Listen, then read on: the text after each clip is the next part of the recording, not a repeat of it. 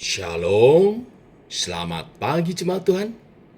Berjumpa kembali dalam Doa Pagi Online. Melanjutkan 7 berkat kebahagiaan. Ku berbahagia. Ku berbahagia, yakin teguh, Yesus abadi, kepunyaanku.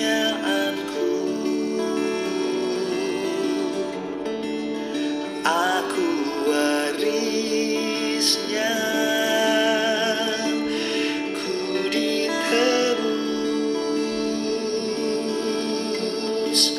ciptaan baru, Roh Kudus. Aku bernyanyi bahagia,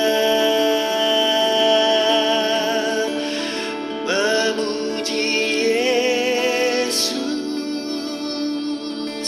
selamanya.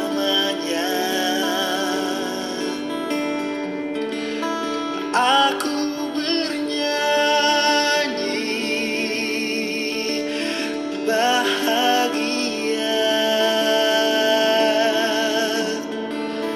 memuji Yesus selamanya.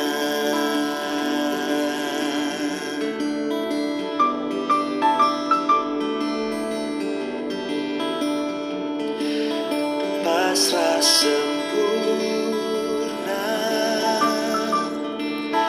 nikmat penuh, suka surgawi melimpahiku.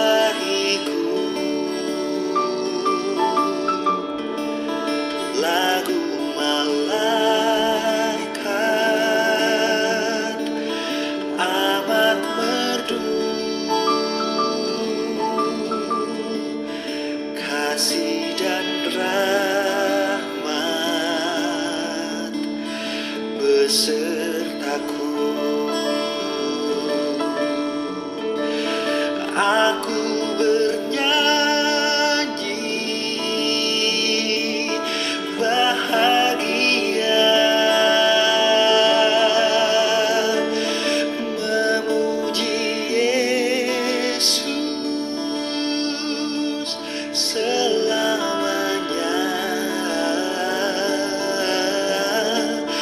Aku bernyanyi bahagia, memuji Yesus selamanya.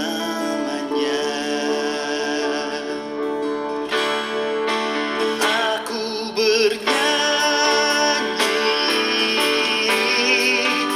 bahagia,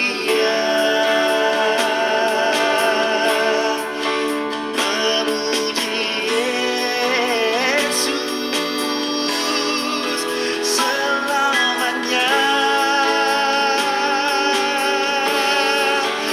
Aku bernyanyi bahagia, memuji Yesus selamanya.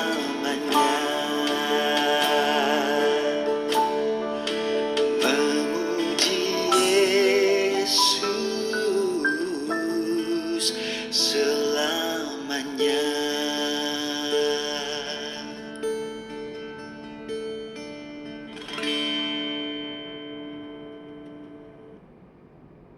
Tiba waktunya untuk kami merenungkan firman-Mu. Firman-Mu lah sulu dan terang bagi jalan kami. Berfirman Tuhan, Terangi jalan kami, tuntun langkah kami. Dalam nama Tuhan Yesus Kristus. Amin. Bapak Ibu, kita lanjutkan seri yang keempat dari 7 berkat kebahagiaan dari Injil. Sekali lagi kita baca Roma 5 ayat 1 sampai 11. Demikian firman Tuhan. Sebab itu kita yang dibenarkan karena iman, kita hidup dalam damai sejahtera dengan Allah oleh karena Tuhan kita, Yesus Kristus. Oleh Dia kita juga peroleh jalan masuk oleh iman kepada kasih karunia ini. Di dalam kasih karunia ini, kita berdiri dan kita bermegah dalam pengharapan akan menerima kemuliaan Allah. Dan bukan hanya itu saja, kita malah bermegah juga dalam kesengsaraan kita. Karena kita tahu bahwa kesengsaraan itu menimbulkan ketekunan, dan ketekunan menimbulkan tahan uji, dan tahan uji menimbulkan pengharapan. Dan pengharapan tidak mengecewakan karena kasih Allah telah dicurahkan di dalam hati kita oleh Roh Kudus yang telah dikaruniakan kepada kita. Karena waktu kita masih lemah, Kristus telah mati untuk kita, orang-orang durhaka yang pada waktu yang ditentukan oleh Allah. Sebab tidak mudah seorang mau mati untuk orang yang benar, tetapi mungkin untuk orang yang baik ada orang yang berani mati. Akan tetapi Allah menunjukkan kasih-Nya kepada kita, oleh karena Kristus telah mati untuk kita ketika kita masih berdosa. Lebih-lebih karena kita sekarang telah dibenarkan oleh darah-Nya, kita pasti akan diselamatkan dari murka Allah. Sebab jikalau kita ketika masih seteru diperdamaikan dengan Allah oleh kematian anaknya, lebih-lebih kita yang sekarang telah diperdamaikan pasti akan diselamatkan oleh hidupnya. Dan bukan hanya itu saja, kita malah bermegah dalam Allah oleh Yesus Kristus Tuhan kita, sebab oleh Dia kita telah menerima pendamaian itu. Sampai di sini pembacaan kita. Bapak Ibu, 7 berkat kebahagiaan dalam Injil. Yang pertama, kita diperdamaikan dengan Allah. Hubungan kita sebagai seteru Allah diperdamaikan sehingga kita disebut anak-anak Allah. Yang kedua, kita peroleh akses langsung jalan masuk kepada kasih karunia Allah. Berkat yang istimewa, kapanpun kita bisa masuk dalam hadirat Tuhan dalam nama Yesus. Dan kita bisa naikkan doa-doa kita dan bersekutu bersama Tuhan. Yang ketiga, berkatnya adalah pengharapan akan kemuliaan Allah. Segala sesuatu kemuliaan yang dari Allah benar-benar akan dinyatakan, di mana satu hari kelak semua dipulihkan. Tidak ada air mata, tidak ada penderitaan. Semua yang salah dibenarkan, dibetulkan, dipulihkan oleh Tuhan.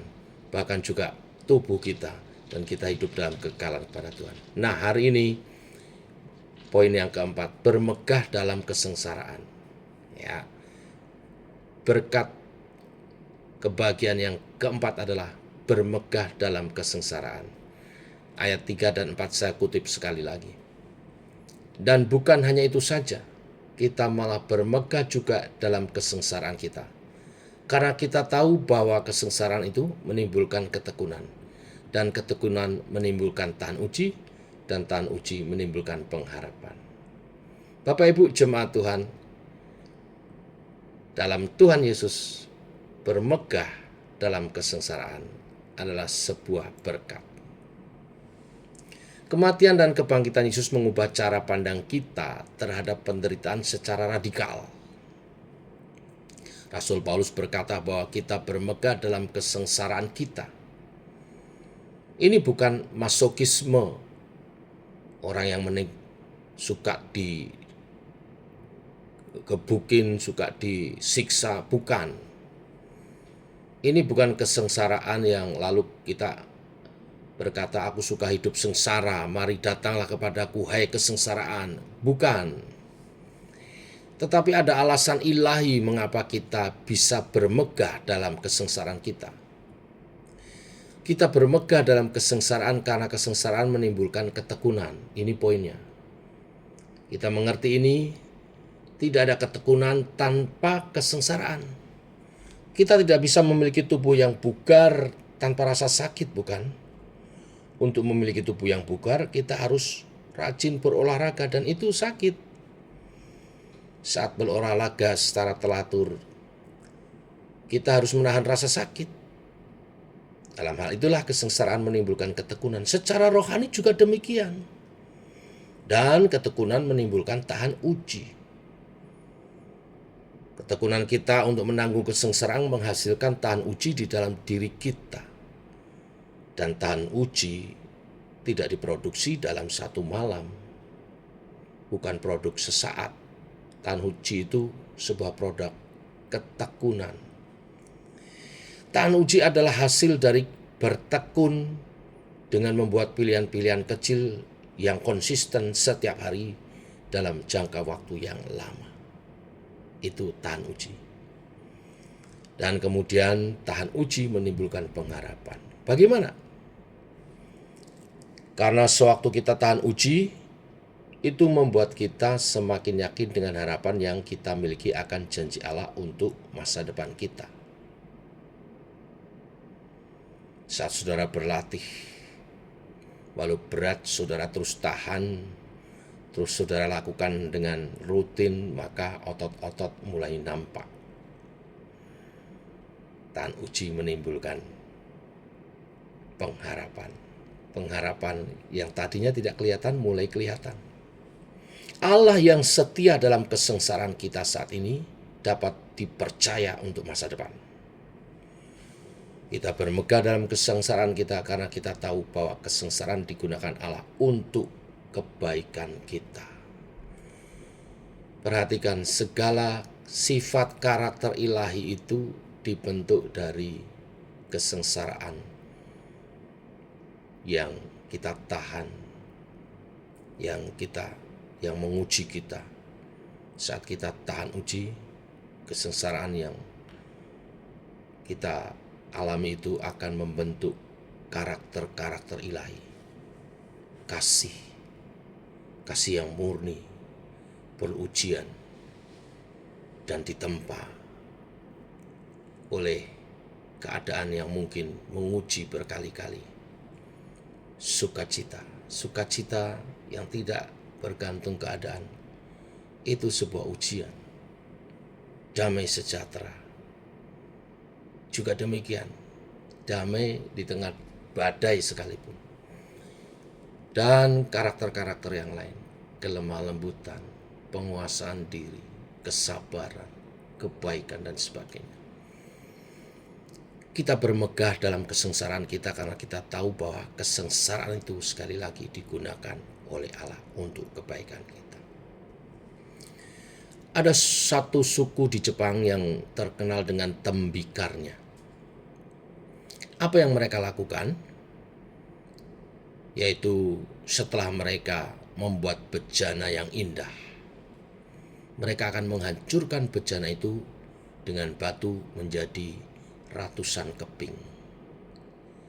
Tetapi kemudian mereka akan menyatukan kembali ratusan keping itu dengan emas yang dicairkan, yang menyegel retakan-retakannya, dan terbentuklah sebuah tembikar yang dipulihkan menjadi jauh lebih berharga daripada tembikar yang sebelum dihancurkan.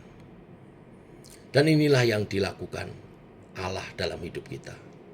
Allah menggunakan kesengsaraan untuk melembutkan kita, menghancurkan kita berkeping-keping sehingga Dia dapat mengisi tempat-tempat yang retak dalam hidup kita dengan pribadinya. Sebuah ilustrasi yang sangat indah. Saya tahu benar hal ini dari perkataan Alkitab dan juga pengalaman pribadi saya. Setiap kali Tuhan izinkan hari-hari kesengsaraan dan penderitaan saya alami, saya juga mengalami manisnya kasih Tuhan terhadap saya dan keperkasaan kuasa-Nya yang membentuk saya kembali menjadi pribadi yang lebih indah di hadapan Tuhan. Berapa banyak dari saudara pernah mengalami manisnya kasih Tuhan di tengah penderitaan? Apakah Anda melihat apa yang terjadi? Ya, inilah kesengsaraan menuntun kepada kedewasaan dan kemuliaan di dalam Tuhan. Sebab itulah mengapa kita bermegah dalam kesengsaraan. Jadi dalam Tuhan ada berkat kebahagiaan karena kita bisa bermegah dalam kesengsaraan. Tuhan memberkati. Mari kita berdoa. Bapa, kami mengucap syukur. Satu berkat Engkau tambahkan kembali. Berkat kebahagiaan di dalam Kristus adalah di dalam Engkau Tuhan. Kami dapat bermegah dalam kesengsaraan. Sebab Tuhan membuat segala sesuatu indah pada waktunya. Kesengsaraan sekalipun Tuhan dapat ubah menjadi alat untuk membentuk kami menjadi pribadi yang lebih baik lagi. Secara roh jiwa makin serupa dengan Kristus. Sampai satu hari nanti Engkau menyempurnakan segalanya dengan tubuh kemuliaan. Dan kami boleh bersama-sama dengan Kristus memerintah dalam kerajaan 1000 tahun damai. Kami rindukan hal itu. Berkebenaran firman hari ini meneguhkan kami untuk berjuang di dalam iman kepada Kristus. Dalam nama Tuhan Yesus Kristus. Amin. Demikian saudara doa pagi kita. Selamat pagi. Jangan lupa nanti sore kita berkumpul dalam menara doa. Pasti berkat Tuhan sangat luar biasa. Kita berhimpun dalam kasih, kuasa dan kebenaran firman-Nya, menggali, merenungkan dan belajar. Makin hari makin disempurnakan. Tuhan memberkati. Sampai ketemu nanti sore. Shalom.